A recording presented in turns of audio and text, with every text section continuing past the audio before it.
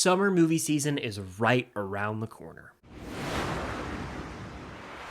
What's going on, guys? I'm Chris, and welcome back to another video. So today I've got a tier list ranking of summer 2025 movies based on my excitement. Now, at the beginning of the year, I did a video ranking my most anticipated movies. Now, since we're only a few weeks away from summer movie season beginning with May, I'm gonna do a tier list of about 20 of the biggest summer movie season releases, just exclusive to the summer movie season because it's a special time of year. So yeah, hit that like button, comment down below what summer movies you're the most excited for this year, as well as what tiers you would place these movies in.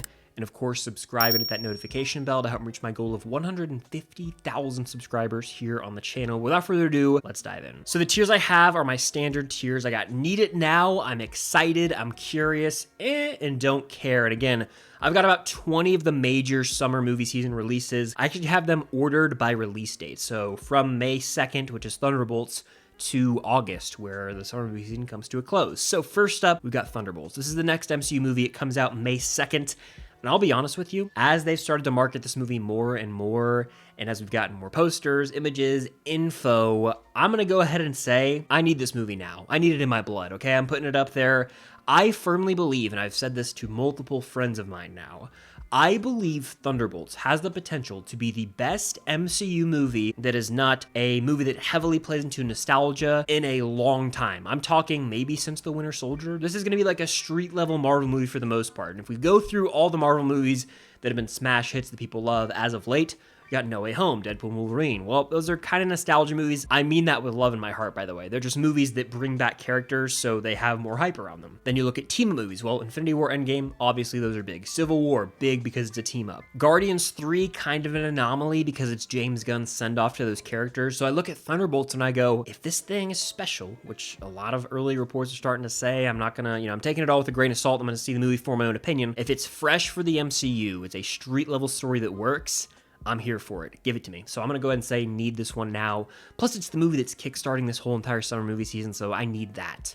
This is like representative of how I feel about the movie, but also just summer movie season in general. Get us to May, where we've got a banger movie coming out hopefully every week or so. Next, we've got Final Destination Bloodlines. I believe this comes out May 16th. I enjoy the Final Destination franchise. The first one's my favorite. The fifth one is probably right there behind it, as well as 2 and 3, but the fourth one is an abomination. I have a ranking from years ago on the channel. You can go hunt that down if you're interested. But when it comes to this film, I actually haven't watched the full official trailer intentionally. I'm avoiding it. I made it this far, I might as well just wait it out, right? So I'm gonna say I'm curious about this one. Again, will this be one of the weaker entries or one of the stronger entries? Only time will tell. But I am the most skeptical because the fifth film in Final Destination ties a bow on the whole franchise wonderfully. I won't say what happens if you haven't seen it, but it's one of those instances where you'll watch the movie and be like, damn, I don't know if they can continue this without ruining it. Like, they really nailed the ending. That's all I'll say. So next we got Fear Street Prom Queen. I've never seen the Fear Street trilogy, I know. Let me have it in the comments down below. But when it comes to Fear Street, I'm sure these would be right up my alley. I've heard they're very comparable to Scream. Scream is probably my favorite horror franchise, honestly. So I'd say I'm curious about this. I gotta watch Fear Street 1, 2, and 3, part 1, 2, and 3 before, so I'll put it at the back if I'm curious, but I have some homework to do before I can really even know what this movie's about. Next, we got the Lilo and Stitch live-action remake. Stitch, as a character, the design that is, looks flawless. I'm really a fan of how they've adapted that character into live action, or CGI, I guess. But when it comes to the movie itself, I have my doubts. I just don't know if it's going to work in terms of the relationship between Lilo and Stitch. A lot of the performances looked in that trailer, and it just could feel a little too off. This is a film that I think obviously is going to play better when it's a pure animated movie from the 2000s as opposed to a live-action animated sort of hybrid deal. I worry about this one. I'm going to go with Lilo and Stitch. I think it's going to light it up at the box office. It has the potential to be a really good Disney live-action remake. I'm not feeling it right now, if I'm being honest. But Mission Impossible: The Final Reckoning, on the other hand, need it now. I'm putting it up there as we speak. Actually, at the top. It's my most anticipated movie of the year. Of course, it's going to be a need it now. This could be the movie of the summer and movie of the year. I don't want to overhype myself or anything, but the trailer that we got recently, I have a reaction I'll link up above. Come on, gave me chills and then some. We've got some of the most extravagant stunts in the series, it looks like. It's going to be likely the final Mission Impossible film, at least for the time being, and I think it's going to send that franchise off into the sunset, okay? I don't expect this to top Fallout because that's a mighty high expectation to set for myself, but I have high hopes for The Final Reckoning to be absolutely badass, and that comes out the same weekend as Lilo and Stitch. I hope the two markets are so different. You know, you got the families going to see Lilo and Stitch and then everyone else going to see Mission Impossible. I hope that they both can be successful, but I really want Mission Impossible to light it up at the box office, and I really believe it could be one of the best in the franchise. It's a damn great franchise, guys. Next, we got Bring Her Back, an A24 horror film directed by the brothers who did Talk to Me, the Philippa brothers or something like that. Intrigued by this one. Talk to Me was one of my favorite movies of 2023, I want to say. I've only seen it the one time in theaters, but it was damn dark, creepy, and unsettling. And that's what Bring Her Back looks like as well. Maybe even more disturbing with like some found footage elements. Looks like really one of the darkest movies that's come out in years, just based on the quick trailer we got. So I'm going to say I'm curious about this one. I'll put it in the back. You know, I am always curious when these guys are going to do horror now, because Talk to Me was such an original, fresh concept that worked and really struck fear in me. Like, I was unwell that day when I watched that movie. So Bring Her Back, same creative team. Let's see what they got. Next, we got Karate Kid Legends, which apparently everyone is actually excited for some reason, and more power to you if you are. I am not. I'm putting this in don't care. To me, this screams desperation. It screams cash grab. It screams, hey, let's try and replicate something like a No Way Home or a Jurassic World Dominion that combines two legacies of the Karate Kid, when in reality there's already a TV show that does that really damn well. It seems disrespectful to me. Not a fan of this movie's existence, and I know I'll get a lot of backlash for saying that. It's just my opinion. It's like, let's get the Karate Kid himself, Daniel Russo, to be with Jackie Chan, who was in the 2010 film that no one asked for a continuation of, and now they're combining the two legacies to have another Karate Kid, even though they've already done this. And people like act like I'm an idiot for saying, oh, you just got to move on from Cobra Kai. Well, it's a 6-season show that has Daniel LaRusso in it. So I don't know what people are on about. It literally has Johnny Lawrence in it. So that's my beef with this movie. It didn't involve the Cobra Kai creative team, but also remove all that, my love for Cobra Kai, remove that. It's a movie that just screams desperation, and Sony has really mismanaged a lot of properties. So to have faith in it, I can't do that. I'm sorry. I'm going to put that in don't care. I'm still going to watch the movie, but like I don't really care about it, and I fully expect it to be at best. Next, we got Ballerina, the John Wick spinoff. I am putting this one in put it like right here. I think, you know, in terms of John Wick movies, I think that the fourth film was a fantastic ending to that series, and I gave that movie 5 out of 5 stars.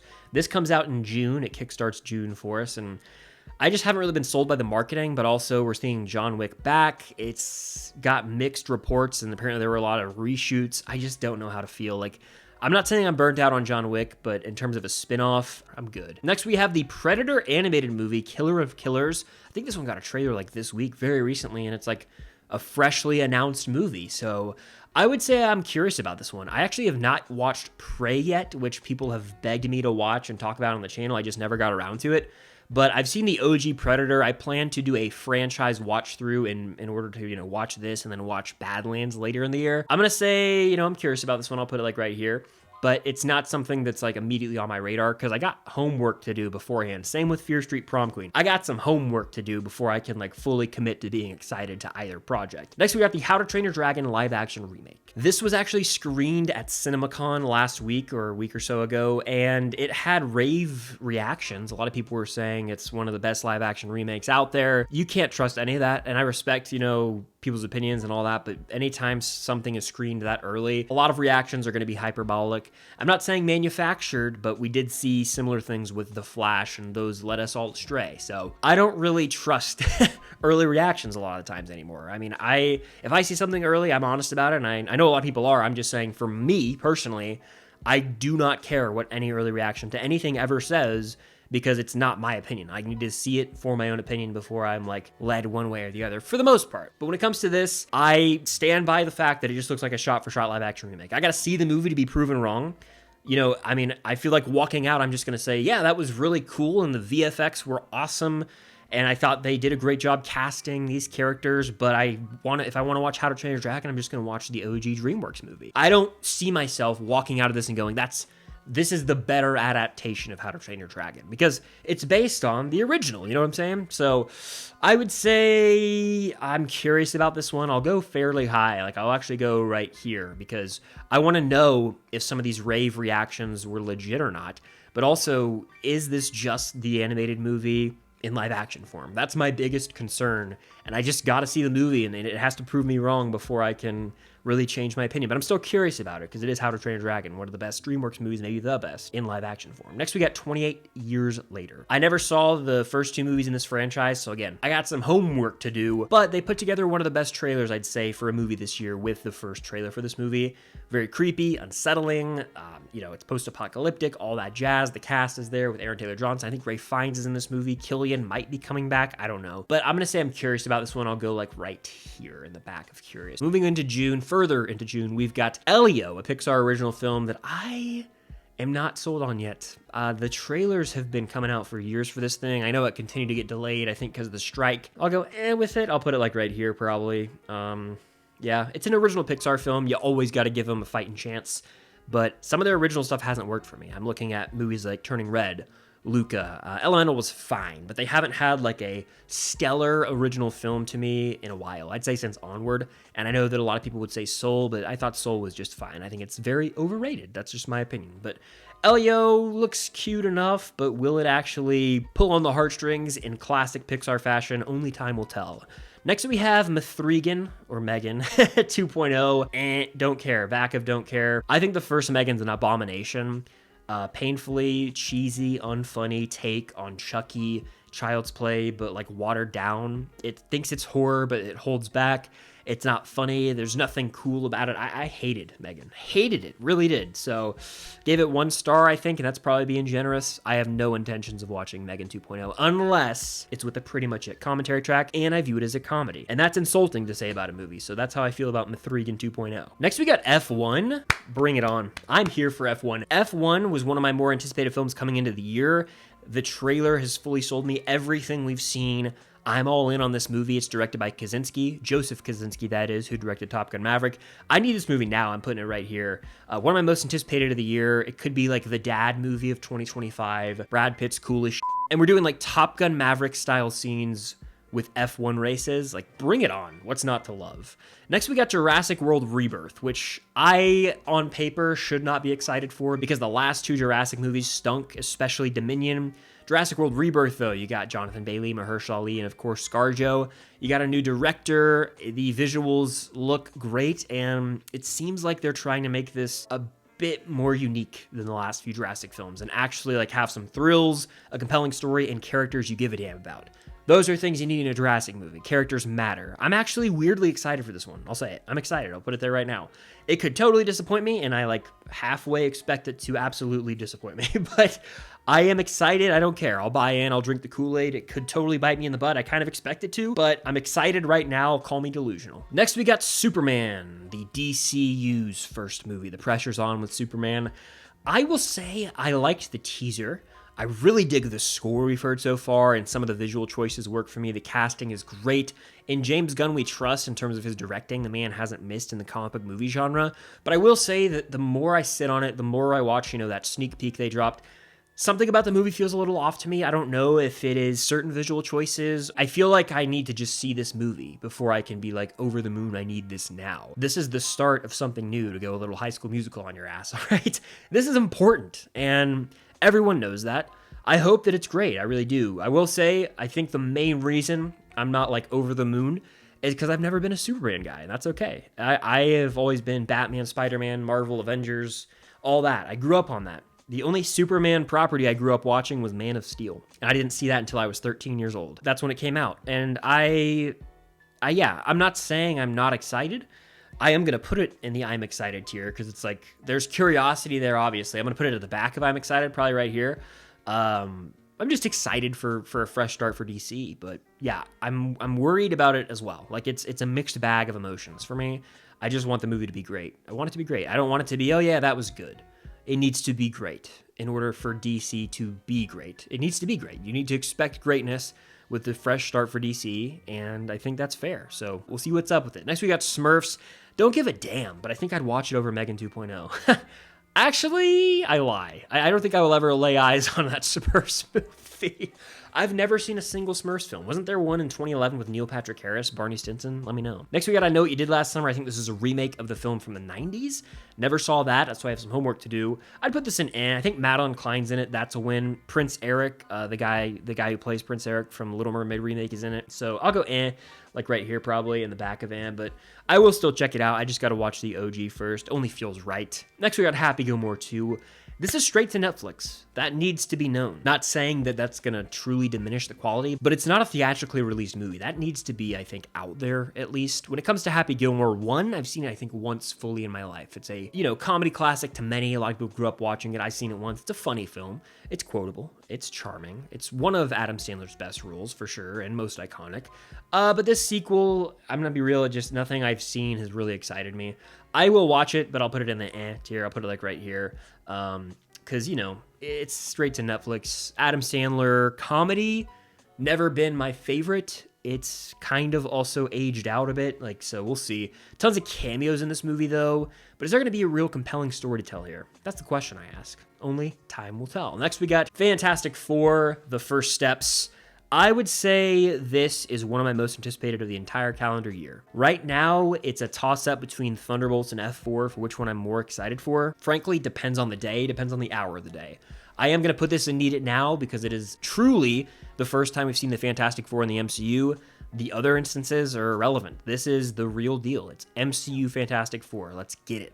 I'm going to put this one up here and Need It Now right here. I think Thunderbolts being closer in release date, but also some of the BTS stuff we've seen actually has it over the edge. Plus, I've always been a big Red Guardian Yelena fan. Bucky's the man.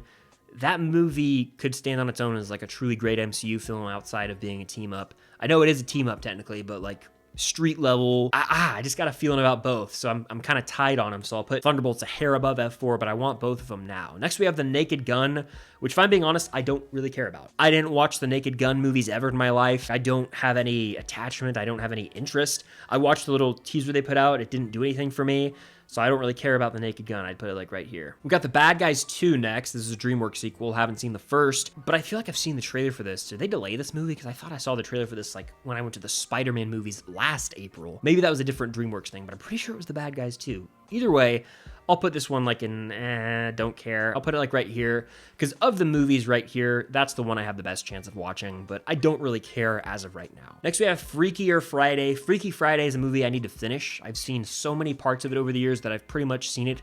I just haven't fully watched it from beginning to end in one sitting. I'd put this one in eh. The teaser didn't do it for me, and I have a weird feeling that from what we saw, it's not really going to rely on Lindsay Lohan and Jamie Lee Curtis all that much. It seems like there are two other characters, younger daughters, who are going to have more of the spotlight on them, and I feel like I've seen this before with something say Hocus Pocus 2 or Disenchanted, where a lot of the movie, it's a Disney sequel and it's years later and you get the OGs back, but the spotlight's not on them. It's about their kids or other people in their life, and that I'm putting that in just for that reason. I'll go right here though, in And the final movie here is Nobody 2. The first Nobody was fine. I think I gave it a 3 out of 5. Probably could have been a 3.25 or 3.5 out of 5. It's basically a John Wick type of action movie where there's badass hand-to-hand combat scenes. You got Saul Goodman kicking ass, Bob Odenkirk. It'll be a fun movie. I think he's on vacation with his family in this film, so it could be a bit different. I don't expect it to be anything great. I'd put this one in I'm curious. I'll put it right here probably. Right there, and I'm curious. But yeah, that does it for my tier list ranking of the summer 2025 movies based on my excitement. Let me know in the comments down below where you would put these movies, as well as which one you were the most excited for, and of course hit that like button, subscribe and hit that notification bell, and be on the lookout for more videos coming very soon. But until next time, we'll see you guys later.